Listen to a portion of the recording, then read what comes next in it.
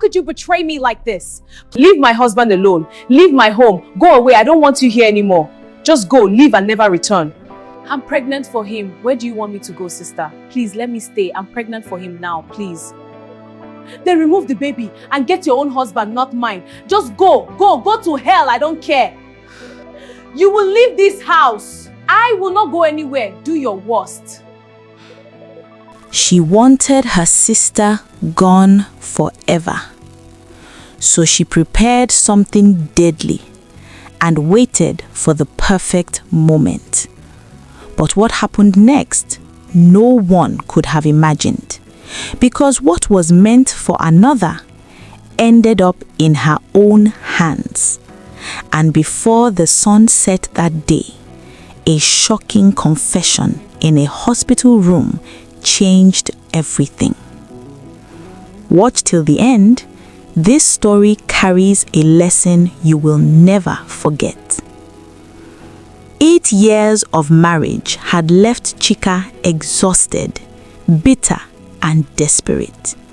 For 8 years, she had waited for a child from Chinedu, her loving husband, but every hope ended in disappointment. The whispers of neighbors, the judgmental glances of relatives, and the probing questions during family visits had eroded her peace. One evening, Chinedu sat quietly in their home, his eyes heavy with fatigue. He had resisted societal pressure for years, but the relentless expectations of family and community had begun to weigh on him. "Chika," he said softly, almost hesitantly, "I think I may need to take another wife." Chika's heart sank, but she had anticipated it. Her face remained calm, her voice steady. "If that will bring you peace, then do it," she whispered.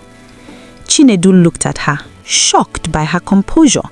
He had expected outrage, perhaps shouting, perhaps resistance, but Chika's quiet acceptance unnerved him.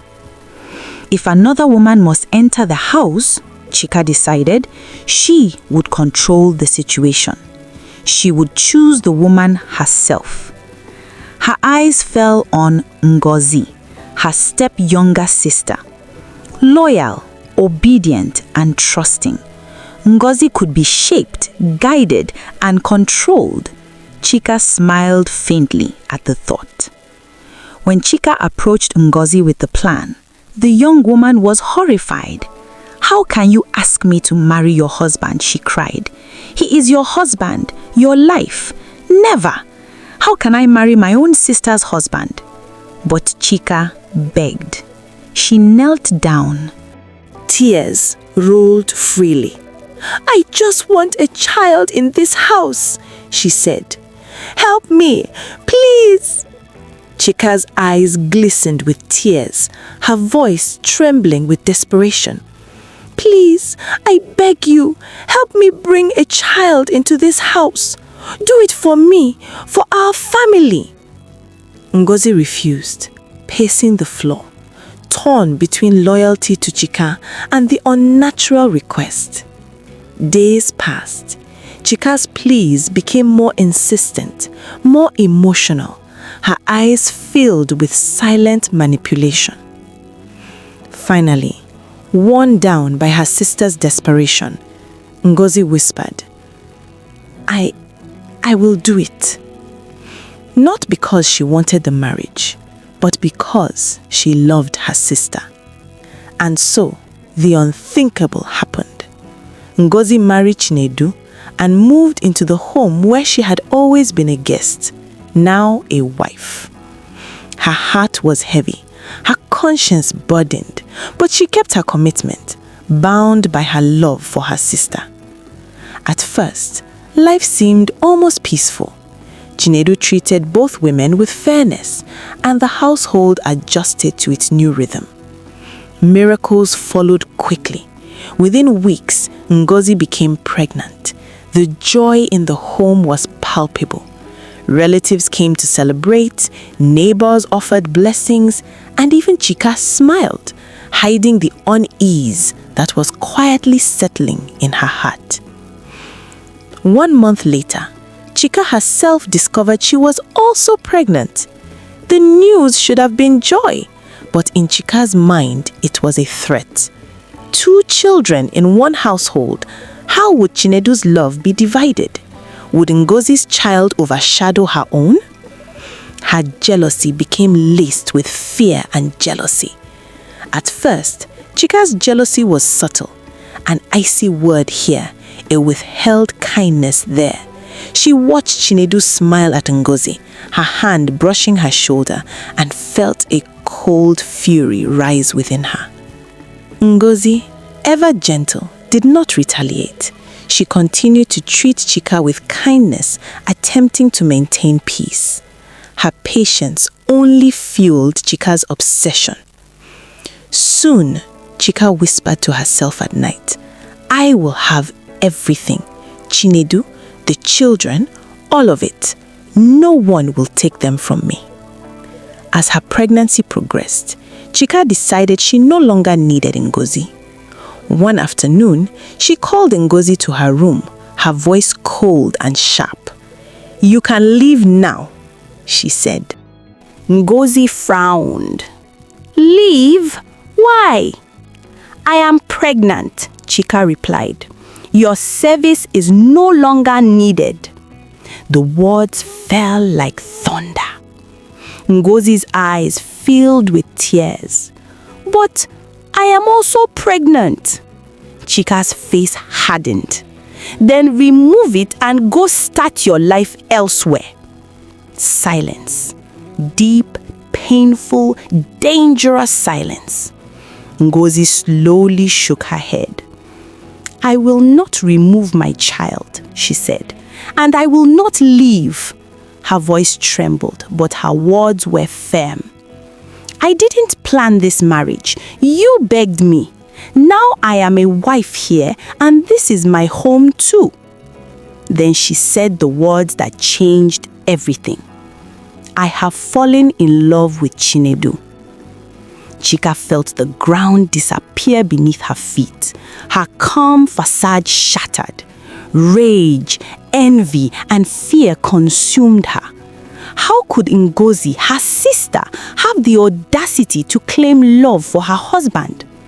From that moment, Chika's treatment of Ngozi became malicious. She humiliated her in front of servants, denied her food, assigned her exhausting chores, and ridiculed her at every opportunity. Days turned into weeks, and Chika's obsession with Ngozi grew. Every laugh between Ngozi and Chinedu, every shared secret, every gentle smile became fuel for her hatred. She began plotting in secret.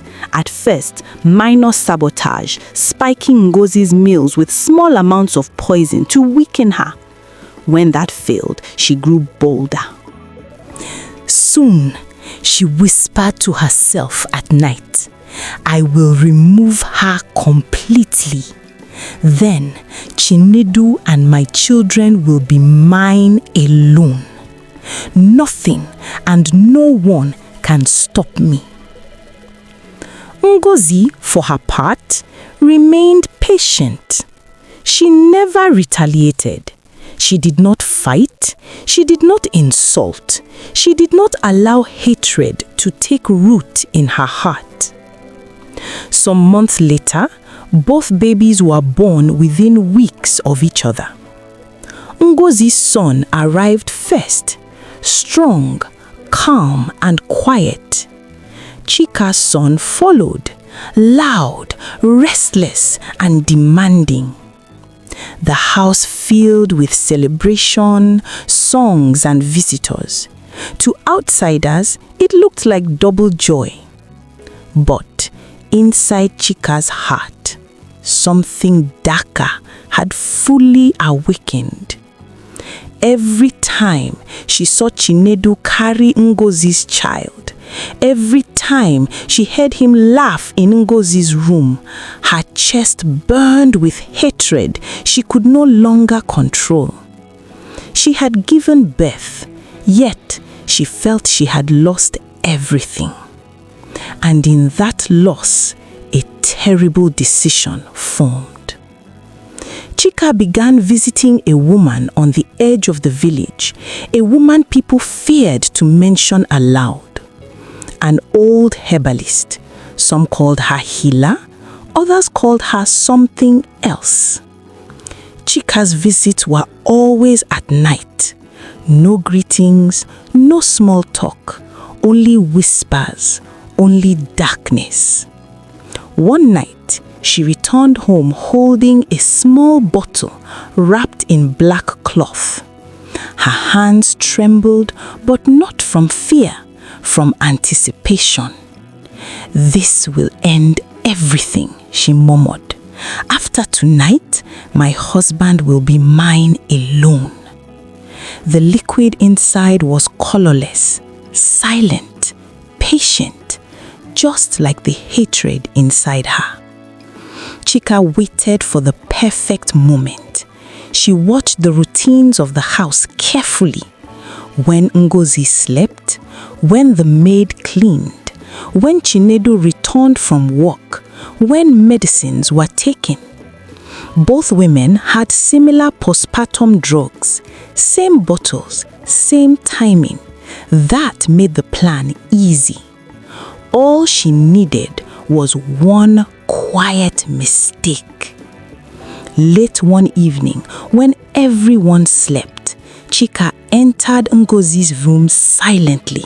She opened Ngozi's medicine, poured the poison inside, shook it gently. No smell, no color, no sign of death. She smiled in the darkness. By tomorrow, it will be finished. Then she returned to her room and slept peacefully for the first time in months. Morning came softly. Birds sang, children cried, life looked normal. Too normal. Chika woke feeling strangely calm. Today, she believed, freedom would begin. She asked the housemaid to bring her medicine while she sat at the dining table. The maid searched Chika's room, but the bottle was nowhere to be found. Confused and afraid to return empty-handed, she remembered that both women used similar medicine. So she hurried quietly into Ngozi's room. Ngozi was bathing the baby. She did not notice. The maid picked the bottle from Ngozi's table, the same bottle Chika had poisoned the night before. She carried it respectfully and handed it to Chika. "Madam, your medicine." Chika did not look closely. Why would she? It was morning, she was safe, her victory was near. She lifted the bottle and drank everything. At first, nothing happened. Then, a slow burn in her throat, a tightening in her chest, a twisting pain in her stomach. Chika frowned. This feels strange. The pain came suddenly and violently. At first, Chika thought it was ordinary stomach discomfort, but within minutes, the fire inside her body spread like wild flames. Her hands trembled, her vision blurred, her breathing became sharp and broken. Then she screamed, a loud, terrifying scream that froze the entire house. Chinedu dropped everything and ran toward the sound. Ngozi followed behind him, clutching her baby tightly to her chest. They found Chika on the floor, shaking, gasping, her eyes wide with a fear that words could not explain.